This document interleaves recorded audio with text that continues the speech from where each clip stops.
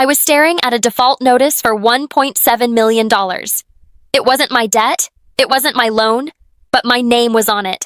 My own brother had just run our family's hotel into the ground, and he'd set it up so I would be the one to pay for it. He thought he had me cornered. He thought he'd ruined me. He was wrong. Before I tell you how I turned his ultimate betrayal into my greatest victory, we need to go back to the day he fired me from the hotel our father left us. If you've ever been blindsided by someone you trusted, like this video and subscribe to the channel. You're going to want to see how this plays out. It all started with the Hotel Grandeur. It wasn't just a business. It was our family's legacy. Dad poured his entire life into that place. From the time I was old enough to fold a napkin, I was there. I wasn't just the manager, I was the heart of the place. I knew every staff member's name, every regular's drink order, and every single creak in the floorboards. When Dad's health started failing, I stepped up. I ran the hotel, modernized it just enough to bring in new business, and kept the classic charm that made it special. And the hotel thrived. My younger brother, Evan, was a different story. He was always the golden child, the one who could do no wrong in Dad's eyes. While I was learning the books and managing staff, Evan was off getting a business degree he never seemed to use, always chasing some big, flashy idea that went nowhere. He had zero interest in the day-to-day grind of the hotel. He thought it was old-fashioned beneath him. So when our father passed, the will was a complete shock. I assumed we'd inherit the hotel together. Instead, the lawyer read the words that blew my world apart. To my son, Evan, I leave my entire ownership stake and full operational control of the Hotel Grandeur. To me, his beloved daughter, he left a savings bond and his deepest gratitude. Later, the lawyer tried to explain Dad's reasoning. He thought I was already successful, that I didn't need the hotel. But Evan, he needed the opportunity to prove himself. In his final act, my father had handed the keys to our kingdom to the one person I knew would let it crumble. He had completely underestimated me, and he had fatally overestimated my brother. The day after the will was finalized, Evan called a staff meeting. He stood in the lobby wearing an expensive suit, a smug smile plastered on his face. I stood with the staff, my staff, people I'd worked with for over a decade. He thanked them for their service and then announced a new direction. Then he looked right at me.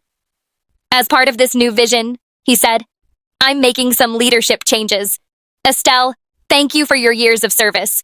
Your personal effects will be packed and sent to you. He fired me. In front of everyone. No private conversation. Not an ounce of respect. I was just an old piece of furniture he was tossing out. The humiliation was like a physical blow. But the real knife in the back was the one I didn't even see coming. About a year before Dad got sick, I'd started the process for a huge, much-needed renovation.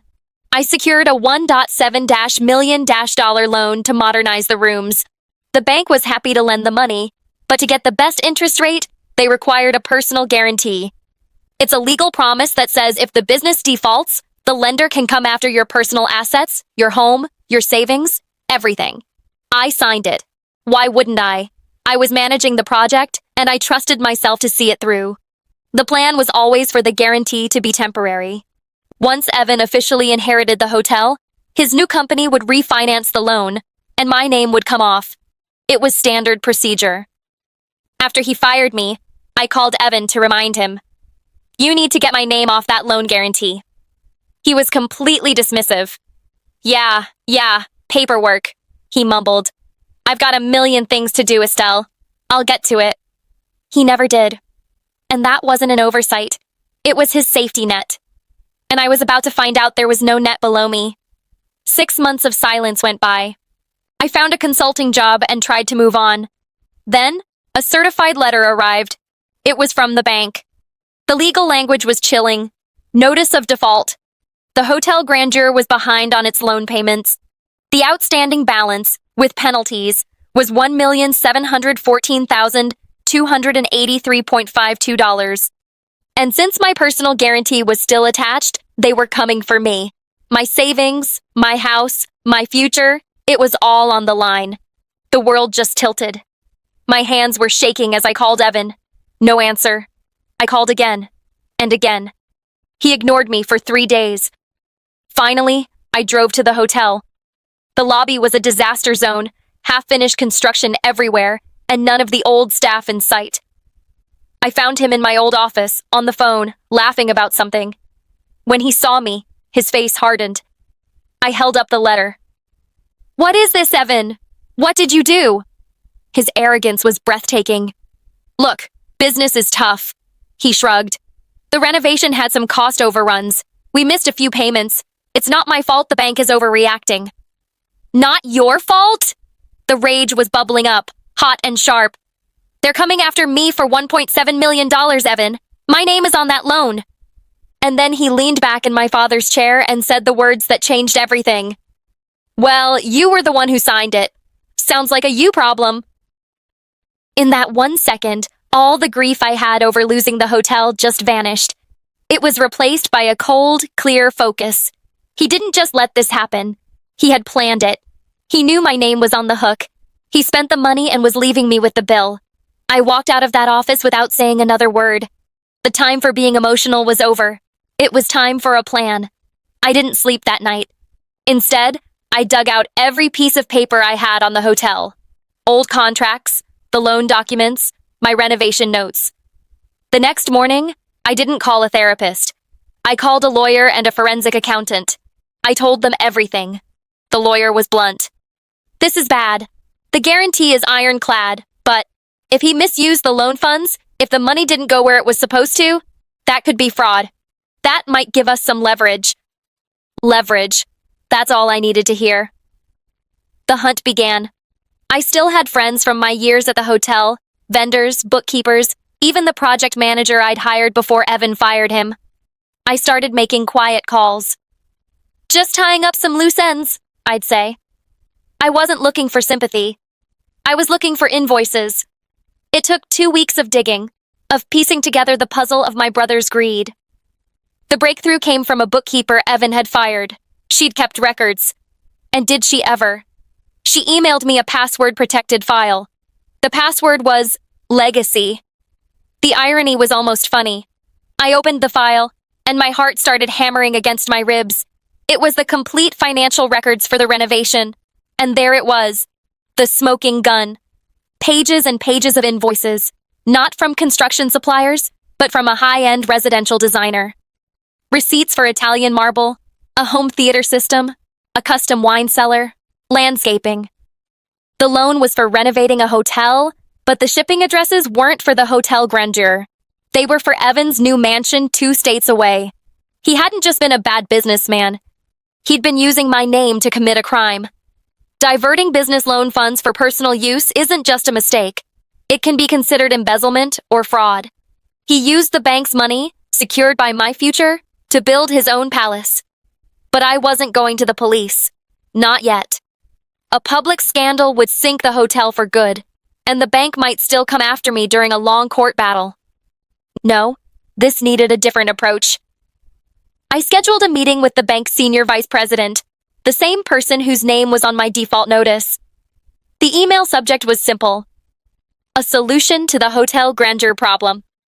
I walked into that meeting with my lawyer and one perfectly organized binder. The bankers across the table looked at me like I was a liability. They were about to see me as their only way out. I calmly laid it all out. The family history, my successful management, the inheritance, the betrayal. Then I opened the binder. I showed them the invoices for the marble, the home cinema, the wine cellar. I had a photo of Evan's mansion from a real estate site and a satellite image of delivery trucks at his address. With every page I turned, the mood in the room went from hostile to stunned silence. When I finished, I closed the binder. "As you can see," I said, my voice perfectly steady, "your $1.7 million isn't in the hotel. It's sitting in my brother's house." I let that sink in. Then I gave them 2 options. "Option A," I said, "you come after me. I'll be forced into bankruptcy. This becomes a public fraud investigation, and your bank gets dragged through the mud for its lack of oversight. You'll spend years in court and probably never see your money." I looked each of them in the eye. Or option B, you work with me. You use this evidence to force my brother to the table. To avoid an immediate criminal referral from the bank for fraud, He signs over his entire ownership of the hotel to me. You and I then restructure the loan. I give you a real business plan to finish the renovations and make the hotel profitable again. You get your money back, and this entire problem goes away quietly. I wasn't the desperate woman with a default notice anymore. I was the solution. I had turned his betrayal into my greatest weapon. The bankers didn't need much time to decide. They chose the quiet, clean solution. They chose me. The bank's lawyers, armed with my binder, moved fast. The confrontation with Evan wasn't some dramatic screaming match. It was much more satisfying. It was a cold, legal checkmate. He was served papers at his mansion, surrounded by the stolen marble and mahogany. The bank gave him a choice: sign over the hotel to cover the fraudulent debt, or they would proceed with reporting him to the authorities. His face, I heard, went completely white. He thought he was playing checkers, but he never realized we were playing chess. He signed everything over. I walked back into the Hotel Grandeur as the sole owner. The very first thing I did was call and rehire every single member of my old staff. The looks on their faces were worth more than any amount of money. It wasn't easy. The hotel was in rough shape, and the debt was still very real. But now, it was my debt. My challenge. I worked with the bank, renegotiated everything, and oversaw the renovation myself, on time and under budget. Within 2 years, the Hotel Grandeur was more successful than ever. We were winning awards and were a source of pride for the community again. Evan lost everything: the mansion, the cars, the money. Last I heard, he was living in some small apartment, chasing another get-rich-quick scheme. He avoided jail time, but he had to live with the public failure and the knowledge that I had completely outplayed him. The whole ordeal taught me a painful lesson: trust, but always verify, especially when it comes to family and money. My signature on that document was an act of trust, and my brother turned it into a weapon. But my victory wasn't about revenge. It was about resilience. I didn't take anything from him that he hadn't already tried to steal from me. I just took back what was mine: my name, my reputation, and my father's true legacy. I kept the hotel standing, and in the end, that's the only thing that really mattered.